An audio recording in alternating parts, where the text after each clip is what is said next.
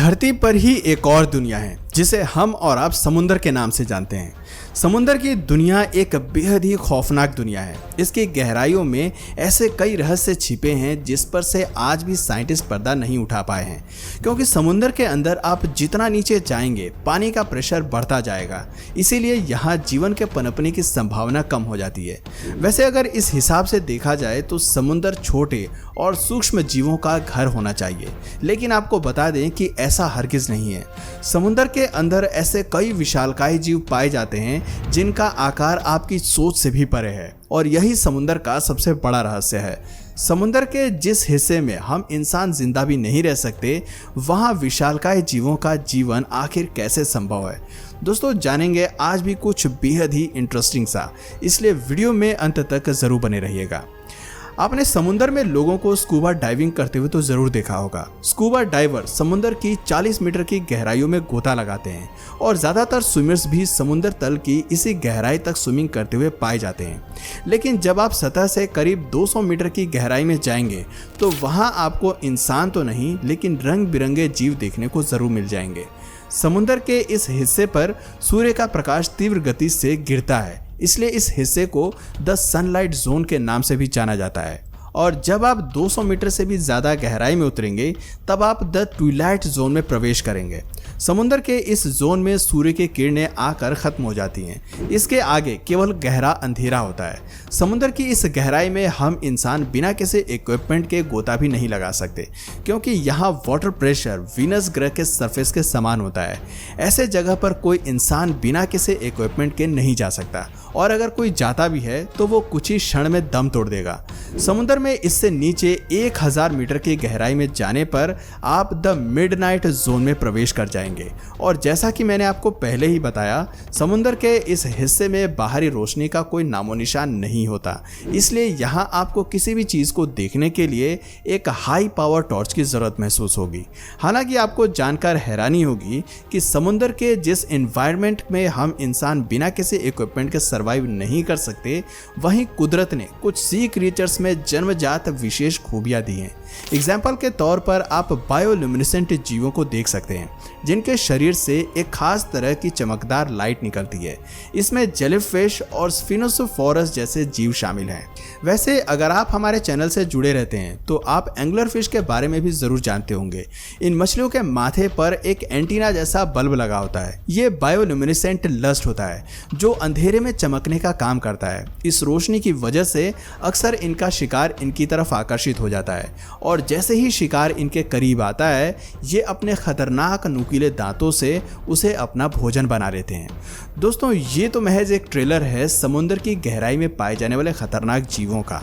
समुद्र की और गहराई में उतरने पर आपका सामना इससे कहीं ज़्यादा खतरनाक जीवों से होगा।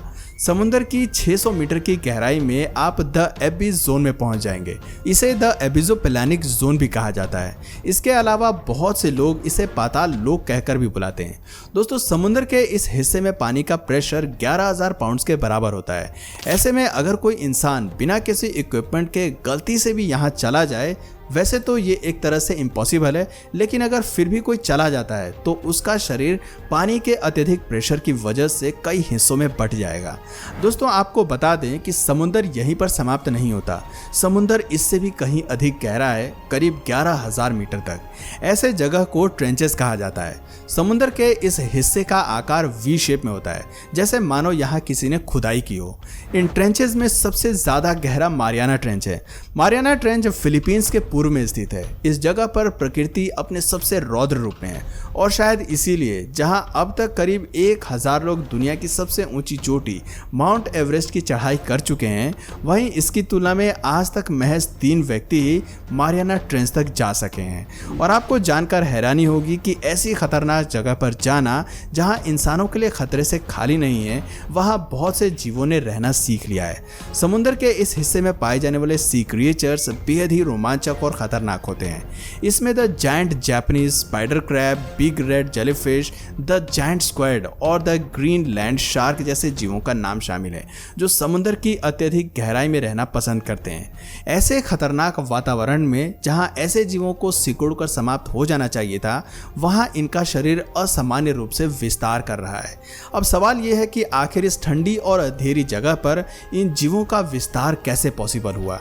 दोस्तों, समुद्र में 400 मीटर की गहराई तक आते आते सूर्य की किरणें बिल्कुल समाप्त हो जाती हैं, जिस वजह से प्लांट्स, एल्गाई और प्लैंकटन यहाँ सरवाइव नहीं कर पाते और इनके ना रहने की वजह से समुद्री जीवों के लिए खाना बिल्कुल कम हो जाता है। जीवों का जिंदा रहना काफ़ी ज़्यादा मुश्किल हो जाता है और इस मुश्किल हालात से बचने के लिए ये जीव डेट्रिटस पर डिपेंडेंट हो जाते हैं। जिन्हें डेट्रिटस के बारे में नहीं पता, उन्हें बता दें कि डेट्रिटस यानी कि प्लांट व मरे हुए जीवों के छोटे छोटे पार्टिकल्स जो बर्फ के छोटे गोले के रूप में लगातार समुद्र तल में गिरते रहते हैं। इस पूरी घटना को मेरीन स्नो कहा जाता है। समुद्र की गहराई में पाए जाने वाले ज़्यादातर जीव अपने भोजन के लिए पूरी तरह से मरीन स्नो के ऊपर डिपेंडेंट होते हैं। एग्जाम्पल के तौर पर आप वेम्पायर स्क्विड को देख सकते हैं। इन्होंने इवॉल्व होकर अपने शरीर में 2 लंबे फिलामेंट्स विकसित कर लिए हैं, जिनकी मदद से ये उन पार्टिकल्स को खाते हैं। लेकिन ये पार्टिकल्स सभी जीवों के लिए पर्याप्त नहीं है और इसी वजह से समुद्र में रहने वाली छोटी मछलियों का जीवन हर समय खतरे में है। समुद्र के अंधेरे में ये कब कौन सा जीव बाहर आकर इन छोटी मछलियों को अपना भोजन बना ले, इसका खतरा हर समय उन पर मंडराता रहता है। समुद्र की गहराई में बहुत से ऐसे जीव पाए जाते हैं जो मरीन स्नो को नहीं खाते हैं। ऐसे जीव उन जीवों को खाते हैं जो मरीन स्नो को खाते हैं।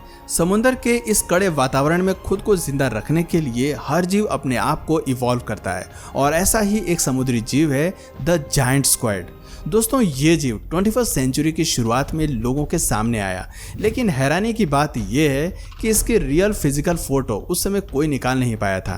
आज के समय में जायंट स्क्विड के बारे में हमें जो कुछ भी जानकारी है वो सतह पर आने वाली गिनी चुनी जायंट स्क्विड की वजह से ही है। साल 2004 से पहले जायंट स्क्विड को समुद्र की गहराई में रहते हुए देखा गया था, लेकिन साल 2004 में 1000 मीटर की गहराई में रहते हुए जायंट स्क्विड की फोटो सामने आई।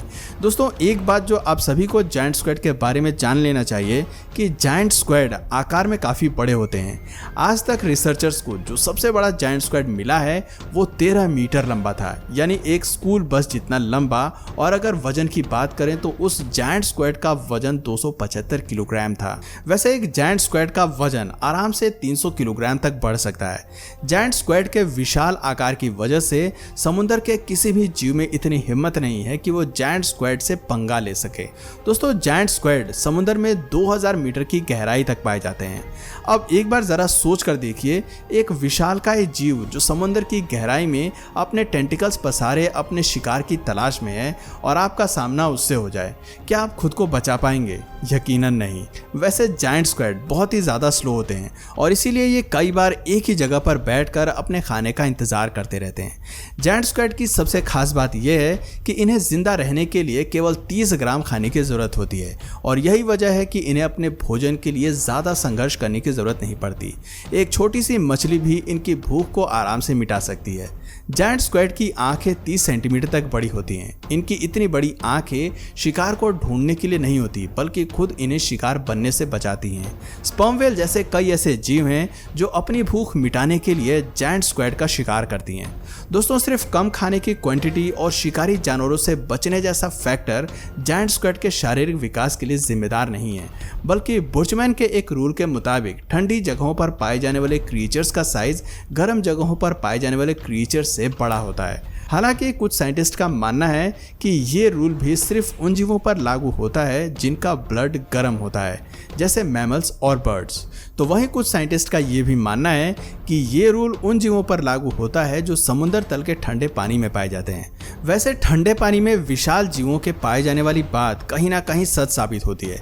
एग्जाम्पल के तौर पर अर्थ के पोलर रीजन्स को देख सकते हैं, जहां ठंडी और गहरे पानी में वॉर्म्स, सी स्पॉन्जेस और सिंगल सेल ऑर्गेनिज्म विशाल आकार में पाए जाते हैं। दोस्तों, आज धरती के 70% भाग पर केवल समुद्र है और रिसर्चर्स की माने तो हम इंसान आज तक सिर्फ 5% ही समुद्र को खोज पाए हैं और बाकी का 95% समुद्री विस्तार हम इंसानों के पहुंच से बहुत दूर है। ऐसे में संभव है कि भविष्य में हम टेक्नोलॉजी को और अधिक विकसित करके समुद्र की गहराइयों में जा सकेंगे और ऐसे क्रिएचर्स को देख सकें जो एलियन के समान हो। दोस्तों, इस वीडियो में फिलहाल इतना ही। ये थे समुद्र से जुड़े कुछ रहस्य। उम्मीद है वीडियो आपको काफ़ी ज़्यादा पसंद आई होगी। दोस्तों, आपकी नज़र में समुद्र का सबसे बड़ा जीव कौन सा है, नीचे कमेंट सेक्शन में ज़रूर बताएं। और अगर इस वीडियो से आपको कुछ नया जानने या सीखने को मिला या फिर इंटरेस्टिंग लगा तो प्लीज़ इस वीडियो को एक लाइक करके अपने फ्रेंड्स और फैमिली में से ज़रूर शेयर करें। और यदि आप इस चैनल पर नए हैं तो प्लीज़ इस चैनल को सब्सक्राइब करके बेल नोटिफिकेशन आइकन को ऑन कर लीजिए ताकि हमारे आने वाले वीडियोज़ आप मिस ना करें। मिलते हैं फिर किसी वीडियो में नए टॉपिक के साथ। तब तक के लिए नमस्कार।